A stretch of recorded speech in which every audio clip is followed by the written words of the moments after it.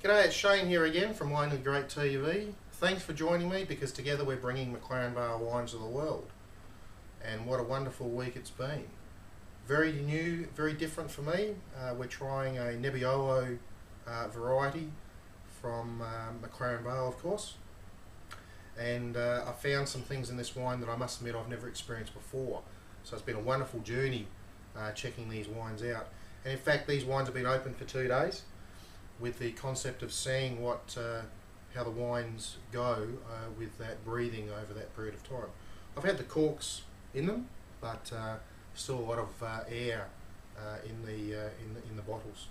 And when I would taste them yesterday, they had changed a little bit from the day before. So I'm really excited to see where they come to today. The wines are from a small winemaker or winery. Well, it's not really a winery. They make their wines at the Redhead Studio, which is now defunct, so it'll be interesting to see where the Wickham brothers make their wines. But the wine's called the Nebb. The reason for the Nebb, of course, is that the wines are made from Nebbiolo. There's a little bit of Cabernet in both of them, which I'll discuss when we try the two different wines, but very enjoyable wines. So let's do the wanky thing.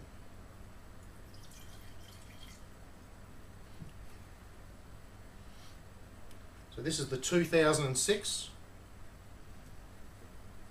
Bit of a funky label. Do check out the blog entry that'll be on the site in a week or so's time with details of information about where the label comes from and everything. But getting that very, very quickly, the nose coming through. One of the things that was different for me, mandarin peel. I don't think I've ever experienced mandarin peel aromas coming through. There's mandarin peel, there's a little bit of citrus in there, not a lot but a little bit in this one. Definite mulberries, and it actually finishes just a little bit on the nose with maybe some dark chocolate mocha, something like that. Yeah, very, very nice. So let's try it.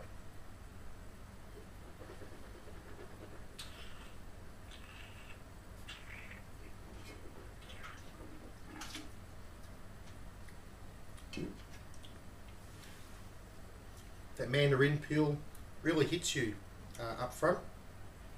In the middle there's that bit of mulberry action, the red fruits, very nice.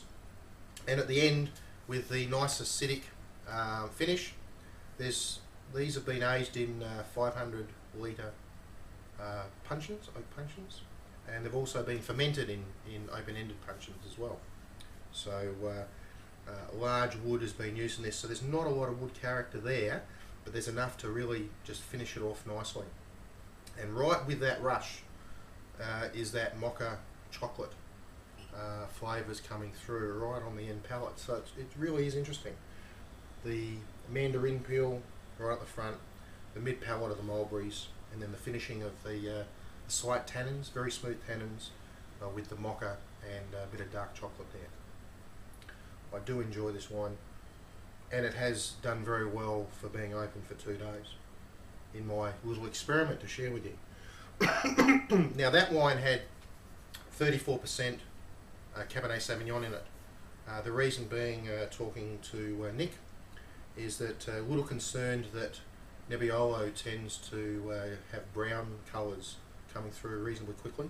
I don't know if you can see that, but there is definite brown tinges to the wine, and they were concerned that people would be put off by the brown tinges or the brown nature of the wine. So the Cabernet Sauvignon was put in there to really prop up the colour, but I think it's done very well in terms of the way the whole wine rounds out. Now 2007, same label, just with a different vintage on it, of course. This has 20% Cabernet, and of course the 80% being Nebbiolo. And before I try it, the Wickham brothers haven't put the wines in for any real shows, but for the Adelaide Review Hot 100 tasting that came out just recently, this wine was put in to that. About 700 wines, 700 plus wines were put in and tasted by the judges. to put up what was considered the top 100 South Australian wines out there at the moment. And out of that range, not only did this wine make the top 100, it actually made the top 10. So well done, guys, and after tasting it, well deserved. But really keen to see what it looks like again today.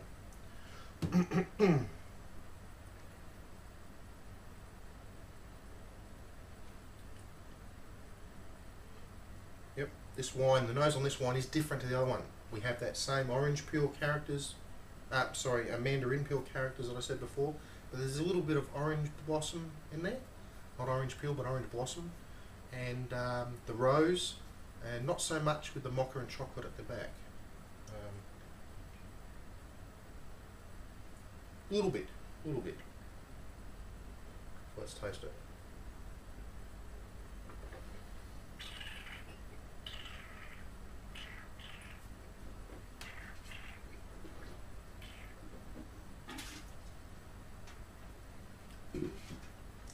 Oh, I do love this wine.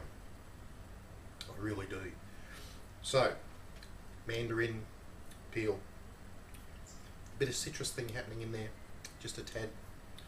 I wouldn't really call it orange, I wouldn't call it lime or lemon, just a citrusy feel.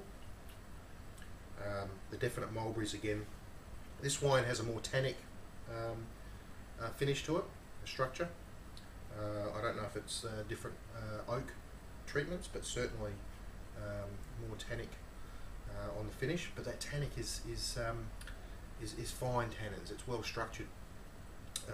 Again, that mocha feel, just a feel, not major characters, but just a feel. The mocha and chocolate on the finish. Lovely food wine. I think maybe something braised, lamb shanks maybe, something like that would go lovely with these wines. And I must say, it's increased my knowledge by doing this for you guys in terms of the Nebbiolo grape, particularly from McLaren Vale. Haven't tried it before, and it's been a sensational ride trying these over the last few days. The characters have changed, so I do urge you to, if you get these wines, to give them a good breathing. Now, I'd mentioned before about the website. I will be putting up details on my blog regarding what's happening. These wines can only be bought on Nick's website, which is nebbiolo.net.au. $35 a bottle for both. They're both wines are still available at the moment. Probably not too much of the 06 is left, but lovely wines. Do check them out, and also check out my blog, of course. If you're not sure where that is, www.lonelygrape.wordpress.com. And that's all for another week of Lonely Grape TV. It's been a joy sitting here tasting these lovely wines and sharing them with you. So have a great week, and I'll see you next week. Bye.